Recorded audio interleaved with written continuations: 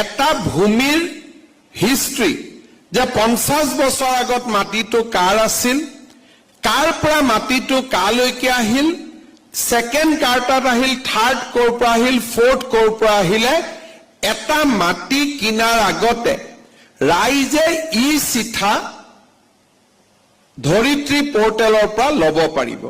ইয়াৰ ফলত যিজন ব্যক্তিয়ে মাটি কিনিব বিচাৰিব তেওঁলোকে 3 নম্বৰ 4 নম্বৰ মালিক গৰাকীক গৈ সুধিব পাৰিব যে আপোনালোকে সঁচাকৈ মাটিটো বিক্ৰী কৰিছিলে নে নাই।